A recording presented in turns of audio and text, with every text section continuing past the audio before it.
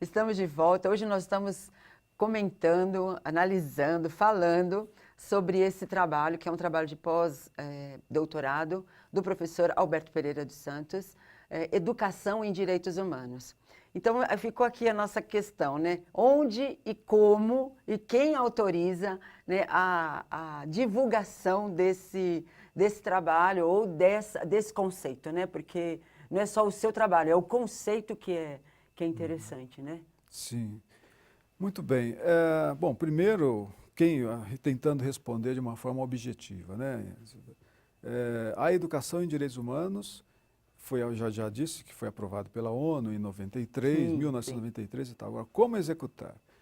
É uma política permanente de cultura de paz que deve ser implementada não somente pelos poderes públicos, né? Certo. Pelas prefeituras, através da Secretaria de Educação, por exemplo, né? Sim. Todos os municípios, né? São hoje 5.570 municípios que poderiam, digamos, criar cursos de pós-graduação, por exemplo, cursos de um ano e meio no máximo, para capacitar os seus professores de todas as redes municipais no país, para que pudessem ser sensibilizados, capacitados, para poder, de fato, inserir essa discussão, essa sensibilização da educação em direitos humanos, né? Então, tanto no setor público, em todas as instâncias, seja ela em níveis de município, estadual, federal, né?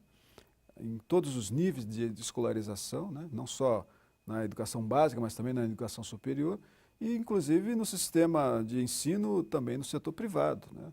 Então, não é algo que deva ficar, digamos assim, circunscrito, né, isolado em determinado tipo de governo. Não. Isso é uma questão que não tem cunho partidário, não tem cunho ideológico, né? É uma questão de civilização, de humanismo, de humanidade, e qualquer escola hoje que tem um pouco mais de mais autonomia, as escolas públicas também têm uma Né? certa margem de autonomia, né?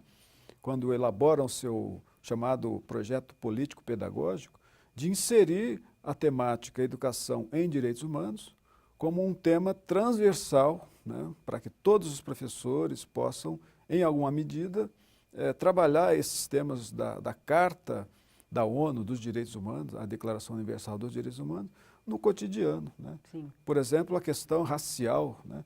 Ensinar para as crianças que não deve haver preconceito racial, mas não é no sentido de uma educação bancária, né? Ditatorial. É um processo de sensibilização, De conscientização de mesmo, conscientização, né? Porque a criança é muito mais fácil de você ajudar, que ela compreenda isso. Ela ainda não tem vícios ainda, né? A criança, há estudos que ela nasce sem Sem preconceitos, preconceito, né? A gente vê cenas assim, você vai à praia, por exemplo, e vê uma criança negra e uma criança branca, né? Um loirinho, um negrinho, falando assim no sentido, digamos assim, amoroso, né? Uma criança negra, uma criança branca, e crianças de 2, 3 anos, eles se aproximam na praia, se abraçam, brincam na areia, sem nenhum tipo de Não preconceito. tem diferença para eles, né? Não tem. Não tem diferença. Então, é nesse sentido que essa temática, educação em direitos humanos, né? Claro que ela pode ser aplicada em todos os níveis, mas é preciso também que os parlamentares, seja ele os vereadores nas prefeituras desse território brasileiro, seja as assembleias legislativas, os deputados estaduais e o próprio Congresso Nacional, seja também, em alguma medida, sensibilizado, né? Para que aprovem leis tornando obrigatória, né, a educação em direitos humanos, né?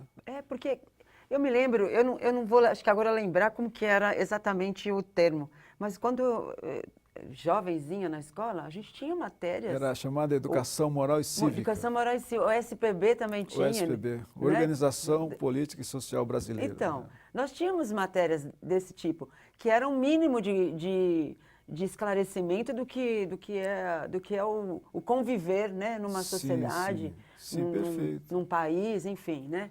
Verdade, havia, né? Eu me lembro que a chamada educação moral e cívica, né? Foi tirada do currículo, porque era no período, digamos, militar. Né? É. Mas, veja só, a proposta foi aprovada em 93 pela ONU e logo ingressou no Brasil os chamados Parâmetros Curriculares Nacionais, em 96, né?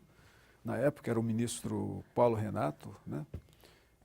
Do governo do Fernando Henrique Cardoso. Então, os parâmetros curriculares, todas as escolas públicas deste país, né? Municipais, estaduais, todas, sem exceção, receberam os chamados parâmetros curriculares nacionais, né?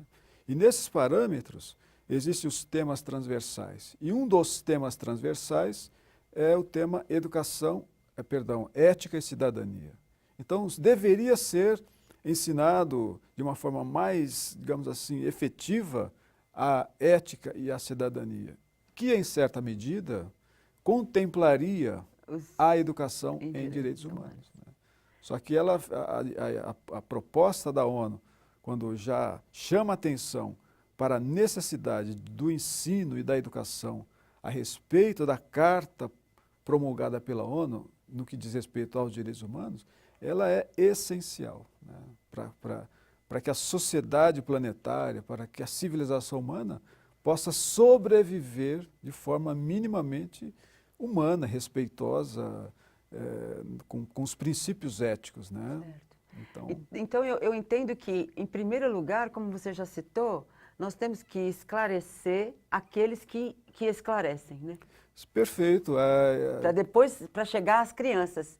Eu não posso começar por criança, porque... Sem sensibilizar o adulto. Sem o adulto, né? Perfeito. Houve, inclusive, o meu trabalho de pesquisa, de pós-doutorado, eu entrevistei 50 educadores, inclusive entrevistei policiais também, né? Certo. Então é importante dizer que houve uma política na Prefeitura de São Paulo, no governo anterior aí, né? No governo do Fernando Haddad, né? Que foi prefeito de São Paulo, ele implementou cursos de pós-graduação para a rede pública municipal de São Paulo, né? E eu entrevistei policiais, né, que fizeram esse curso de pós-graduação, né? A minha pesquisa não foi uma pesquisa só digamos assim, de laboratório ou de gabinete, foi uma pesquisa na qual eu entrevistei várias pessoas, né, inspetores de segurança da Guarda Civil Metropolitana. E um dado muito importante que eu gostaria de destacar, né?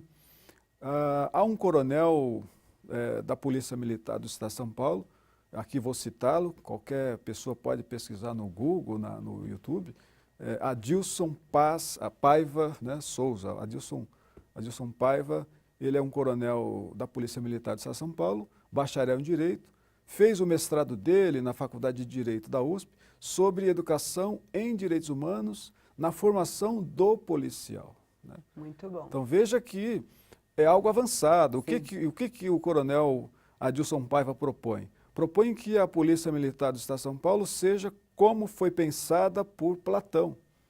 Então veja que a educação em direitos humanos está lá em Platão, está lá em Aristóteles, não é algo recente, né? Sim.